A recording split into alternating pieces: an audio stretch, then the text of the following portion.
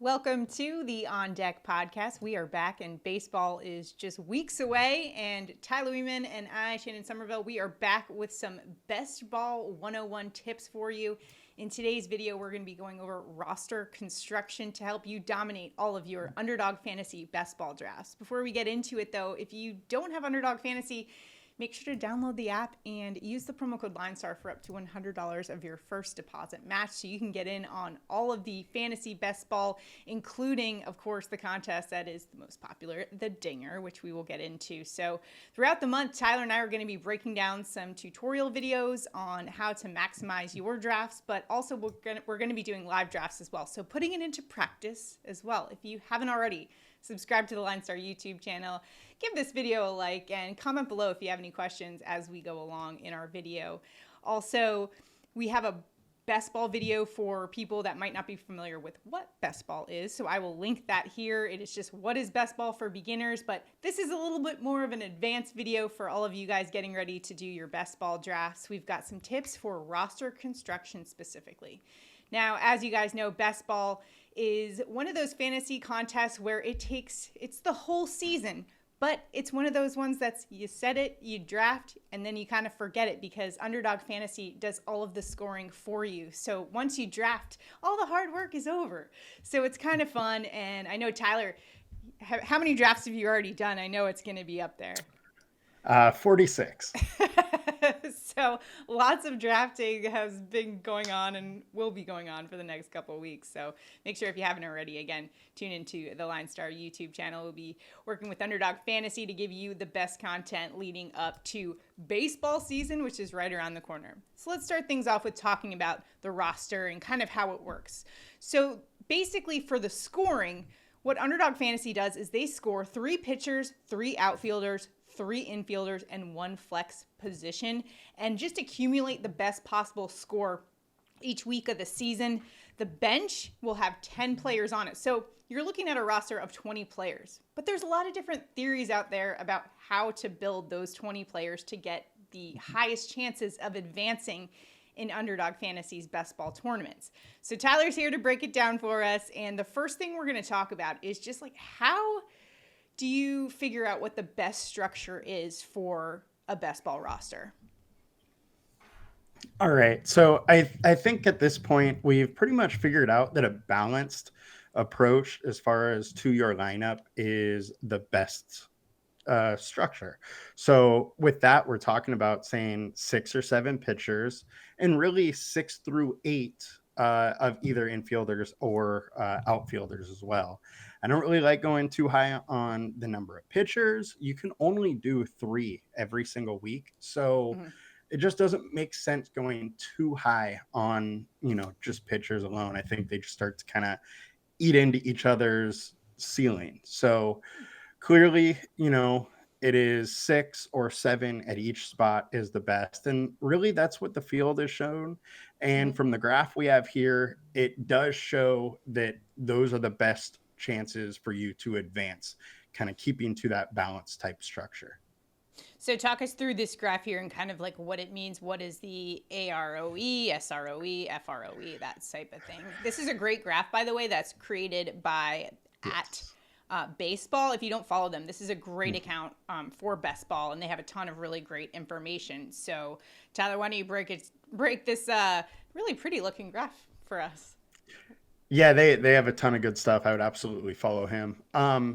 So pretty much what it's saying is the 677, 686, 767, 776. Sorry to be a little boring there and just rattling it off, but most people do that kind of lineup construction, but those 4 are almost the only ones that have a positive advanced rate. So advanced rate is your chances of going from the regular season into the best ball playoffs. The SORE is the semis, and FROE is the finals rate of expectation. So, I mean, obviously, you never have a very good chance of getting to the finals because you're talking about, a huge Yeah. tournament, and then it comes down to only a couple weeks. So it having any little help in that finals round of advancement is very big thing, especially because the prize structure is so top heavy. You really want to get into the finals, and then when you do, you want to have a team that has a chance to win it. Right. So the data is basically showing you just what Tyler is saying, which is Mm-hmm. you got to go with the balanced lineup. Now, when we talk about that balanced lineup, something you did touch on was the pitchers, and that you don't want to go crazy with pitchers. What is your theory on how to go about drafting pitchers? When do you do it, and how heavy do you go in your roster? So I think pitching is very interesting this year. There's pretty much Strider, who is in a league in his own, and then there's a ton of guys just clumped around. And what I think the best practice is get maybe one guy early, top 5 rounds or so, and then wait after the fifth round, hit pitcher hard, because you can get the back end of that clumped, top tier or second tier of pitchers, and then you can use those early rounds on your outfield or other spots to just improve your ceiling. Because at the end of the day, we're trying to get the highest ceiling as we possibly can in this tournament. Right. And with those pitchers, some of the data that I've seen, Tyler, is that really you're looking for pitchers that are going to deliver a lot of innings. So guys that work Yeah. deep into games and also rack up a lot of strikeouts, like a Spencer Strider. So who does actually both, which is awesome for fantasy scoring. Mm-hmm. But those were like the two things that you just have to focus on in those when you're making those decisions about pitchers. Is like, is this guy gonna, A, stay healthy, but B, in full games, and those are some things that come into consideration as well. So good stuff for pitching there. And now time for outfielders, which if you are doing a best ball draft, and if you've done one already, you know the outfielders cliff is real, Tyler. Mm-hmm. How early do you go for him and how often? So using this graph we have with early outfielders, it is crazy how if you don't take an outfielder in the top 5 rounds, you're minus 10% advance rate over expectation. So it's just telling us we want to hit outfield pretty hard in those first 5 rounds. You really want to try and get at least 2, but realistically 3 or 4, just because the cliff, falls off so much. I mean, and it makes sense. There's only 3 outfielders that play for every team. Exactly. There's, a lot more infielders. And so it just makes sense that cliff is there. And I think you really do want to hit it hard early. Yeah, definitely. That's happened to me. My first draft, I just remember being like, man, these guys are going really fast. So Yeah, if you take away one thing from this video, my suggestion would be to like snag those guys early, often. absolutely. The quality gets like, you definitely fall off a cliff late, or actually And closer in the beginning of drafts even. and there are a couple guys, late that there is value with, but it's like you can't expect those guys to hit. You really need some early outfielders, 100%. So when now moving to the infielder situation, there's obviously going to be a little bit bigger of a pool to choose from. Mhm. So what are your philosophies on approaching filling out your infield? So with infield, I'm not going to say no, don't take early infielders. I think you can absolutely take, 1, 2, 3, something like that. Um, but that is not my emphasis. And Mm-hmm. I would take, if I'm between 2 guys, one is an outfielder, one is an infielder, I'm going the outfielder early. Mm-hmm. It just breaks down to there is so much value late in the draft with infield that Right. you can really hit infield with numbers, Okay. rather than the stud infielders. So Sure. I think there's a lot of data that shows that late round infielder is great. The graph we have here shows a 4.33% advance Mm-hmm. rate of expectation with 5 late infielders. That's the last 5 picks all taking infield, being a positive thing. So that just kind of shows you how strong infielders are late and can really kind of carry that infield position. Lastly, another important component of fantasy best ball drafting is, of course, the concept of stacking. The question Mhm. becomes when you're approaching these drafts is You got to be careful not to force stacks. So how do you approach stacking when you go into these MLB best ball drafts?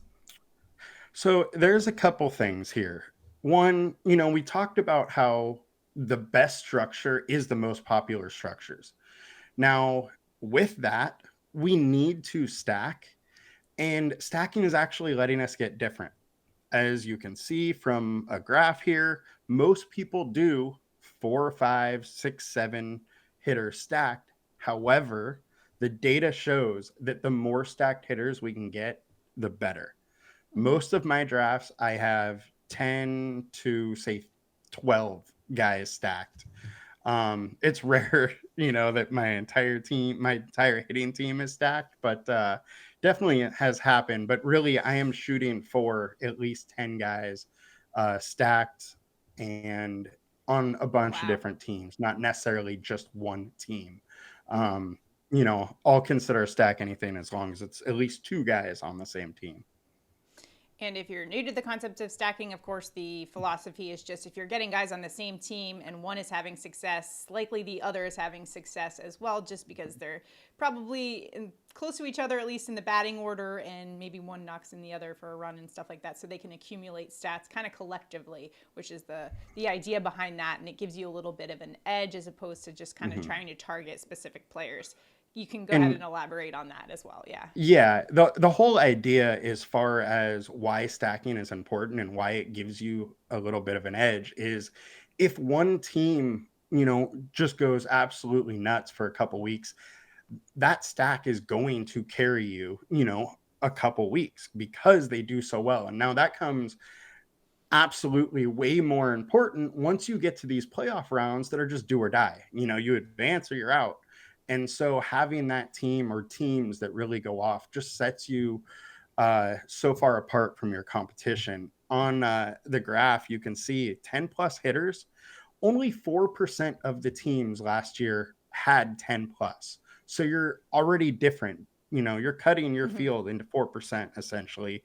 And then they also had the highest rate of advanced round, highest of semis, and highest Mm-hmm. of finals. So it just shows us the importance of stacking. That correlation is huge and just makes where less things need to get right. Obviously, you still need to get lucky. You still need guys to, stay healthy, but that's not something we can predict Yeah. through the season. Things that we can predict are keeping in structure, Mm-hmm. trying to stack your teams as much as possible, and just put yourself in the best chance to win.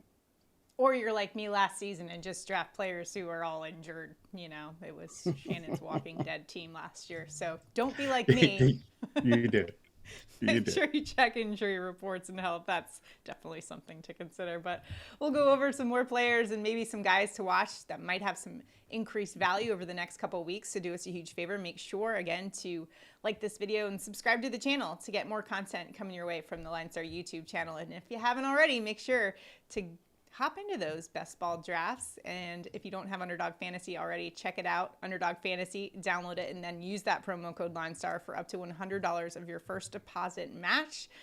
If you have any other questions, drop them in the comments below. We want to help you guys succeed in your best ball drafts. So good luck out there. And if you have any questions, drop them in the comments. Until next time, we're going to be doing a live draft later this week. So stay tuned for that as well. We'll see you next time.